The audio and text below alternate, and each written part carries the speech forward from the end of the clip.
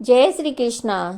आज हम श्रीमद् भगवत गीता के 8वें अध्याय का पाठ लेकर आए हैं। तो आइए पाठ को आरंभ करते हैं। इस प्रकार भगवान के वचनों को न समझकर अर्जुन बोले, हे पुरुषोत्तम, जिसका आपने वर्णन किया है वह ब्रह्म क्या है, अध्यात्म क्या है, कर्म क्या है, अधिभूत नाम से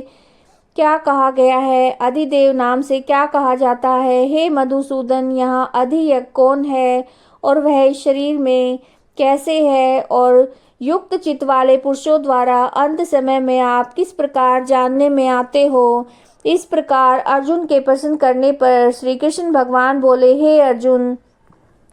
परम अक्षर अर्थात जिसका कभी नाश नहीं होता, ऐसा सच्चिदानंद घन परमात्मा तो ब्रह्म है, और अपना स्वरूप अर्थात जीवात्मा अध्यात्म नाम से कहा जाता है, तथा भूतों के भाव को उत्पन्न करने वाला शास्त्र विहित यज्ञ, दान और होम आदि के निर्मित जो द्रव्य आदिकों का त्याग है, वह कर्म नाम से कहा गया है। उत्पत्ति विनाश धर्म वाले सब पदार्थ अधिभूत हैं, और हिरण्मय पुरुष अधिदेव है, और देहधारियों में श्रेष्ठ अर्जुन, इस शरीर में मैं वासुदेव ही विष्णु रूप से अधियज्ञ हूँ। और जो पुरुष अंत काल में मेरे को स्मरण करता हुआ शरीर को त्याग कर जाता है, वह मेरे साक्षात स्वरूप को प्राप्त होता है, इसमें कुछ भी संशय नहीं है। कारण कि हे कुंती पुत्र अर्जुन, यह मनुष्य अंत काल में जिस विभाव को स्मरण करता हुआ शरीर त्यागता है, उसको ही प्राप्त होता है, परंतु सदा उसकी भाव को चिंतन करता हुआ, क्योंकि जिस भाव का चिंतन करता है अंत काल में भी प्राय उसी का स्मरण होता है। इसलिए हे अर्जुन, तू सब समय में निरंतर मेरा स्मरण कर और युद्ध भी कर।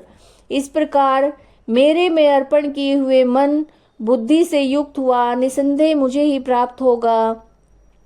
हे पार्थ, यह नियम है कि परमेश्वर के ध्यान के अभ्यास रूप योग से युक्त अन्य तरफ न जाने वाले चित्त से निरंतर चिंतन करता हुआ पुरुष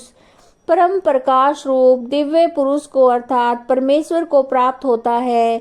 इससे जो पुरुष सर्वज्ञ अनादि सबके नियंता, सूक्ष्म से भी अति सूक्ष्म, सबके धारण पोषण करने वाले अचिंत्य स्वरूप, सूर्य के स्पर्श, नित्य चेतन प्रकाश रूप, अविद्या से अति परे शुद्ध सच्चिदानंद घन परमात्मा को स्मरण करता हुआ वह भक्ति युक्त पुरुष अंत काल में भी योग बल से भ्रुकुटी के मध्य में प्राण को अच्छी प्रकार स्थापन करके फिर निश्चल मन से स्मरण करता हुआ उस दिव्य स्वरूप परम पुरुष परमात्मा को ही प्राप्त होता है। हे अर्जुन, वेद के जानने वाले विद्वान जिस सच्चिदानंद घन रूप परम पद को ओंकार नाम से कहते हैं, और आसक्ति रहित यत्नशील महात्मा जन जिसमें प्रवेश करते हैं, तथा जिस परम पद को चाहने वाले ब्रह्मचर्य का आचरण करते हैं, उस परम पद को तेरे लिए संक्षेप से कहूँगा। हे अर्जुन, सब इंद्रियों के द्वारों को रोक कर अर्थात इंद्रियों को विषयों से हटाकर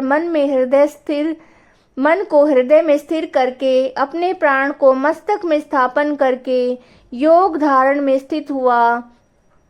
जो पुरुष ओम ऐसे इस एक अक्षर रूप ब्रह्म का उच्चारण करता हुआ और उसके अर्थ स्वरूप मेरे को चिंतन करता हुआ शरीर को त्याग जाता है, वह पुरुष परम गति को प्राप्त होता है। हे अर्जुन, जो पुरुष मेरे में अनन्य चित्त से स्थित हुआ सदा ही निरंतर मेरे को स्मरण करता है, उस निरंतर मेरे में युक्त हुए योगी के लिए मैं सुलभ हूँ, अर्थात सहज ही प्राप्त हो जाता हूँ। वे परम सिद्धि को प्राप्त हुए महात्मा जन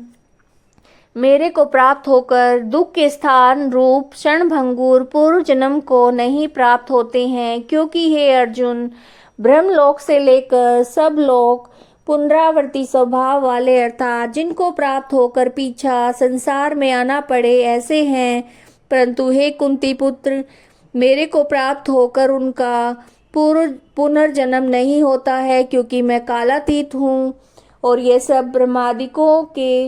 लोक काल करके अवधि वाले होने से अनित्य हैं। हे अर्जुन, ब्रह्मा जी का जो एक दिन है उसको 1000 चौकड़ी युग तक अवधि वाला और रात्रि को 1000 चौकड़ी युग तक अवधि वाली जो पुरुष तत्व से जानते हैं, अर्थात काल करके अवधि वाला होने से ब्रह्मलोक को भी अनित्य जानते हैं, वे योगी जन काल के तत्व को जानने वाले हैं। इसलिए वह यह भी जानते हैं कि संपूर्ण दृश्य मात्र भूतगण ब्रह्मा के दिन के प्रवेश काल में अव्यक्त से अर्थात ब्रह्मा के सूक्ष्म शरीर से उत्पन्न होते हैं और ब्रह्मा की रात्रि के प्रवेश काल में उस अव्यक्त नामक ब्रह्मा के सूक्ष्म शरीर में ही लय होते हैं। वह ही यह भूत समुदाय उत्पन्न होकर प्रकृति के वश में हुआ रात्रि के प्रवेश काल में लय होता है, दिन के प्रवेश काल में फिर उत्पन्न होता है। हे अर्जुन,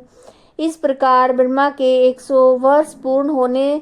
से अपने लोक सहित ब्रह्मा भी शांत हो जाता है, परंतु उस अव्यक्त से भी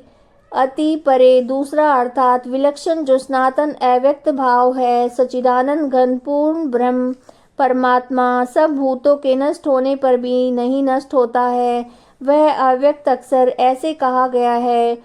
उसी अक्षर नामक अव्यक्त भाव को परम गति कहते हैं तथा जिस सनातन अव्यक्त भाव को प्राप्त होकर मनुष्य पीछे नहीं आते हैं, वह मेरा परम धाम है। और हे पार्थ, जिस परमात्मा के अंतर्गत सर्वभूत है और जिस सच्चिदानंद घन परमात्मा से यह सब जगत परिपूर्ण है, वह सनातन अव्यक्त परम पुरुष अनन्य भक्ति से प्राप्त होने योग्य है।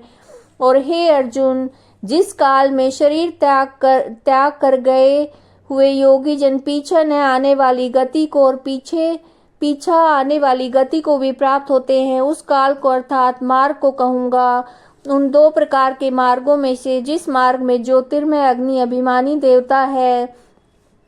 और दिन का अभिमानी देवता है तथा शुक्ल पक्ष का अभिमानी देवता है, उत्तरायण के 6 महीनों के अभिमानी देवता है, उस मार्ग में मरकर गए हुए ब्रह्म देवता अर्थात परमेश्वर की उपासना से परमेश्वर को परोक्ष भाव से जानने वाले योगी जन उपरोक्त देवताओं द्वारा कर्म से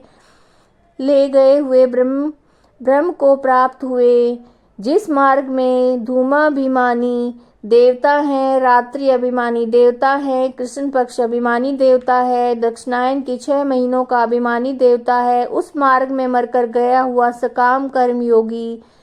उपरोक्त देवताओं द्वारा कर्म से ले गया हुआ चंद्रमा की ज्योति को प्राप्त होकर स्वर्ग में अपने शुभ कर्मों का फल भोग कर पीछा आता है। क्योंकि जगत यह 2 प्रकार के शुक्ल और कृष्ण अर्थात देवयान और पितृयान मार्ग सनातन माने गए हैं। इनमें एक के द्वारा गया हुआ पीछा न आने वाली परम गति को प्राप्त होता है और दूसरे द्वारा गया हुआ पीछा आता है अर्थात जन्म मृत्यु को प्राप्त होता है।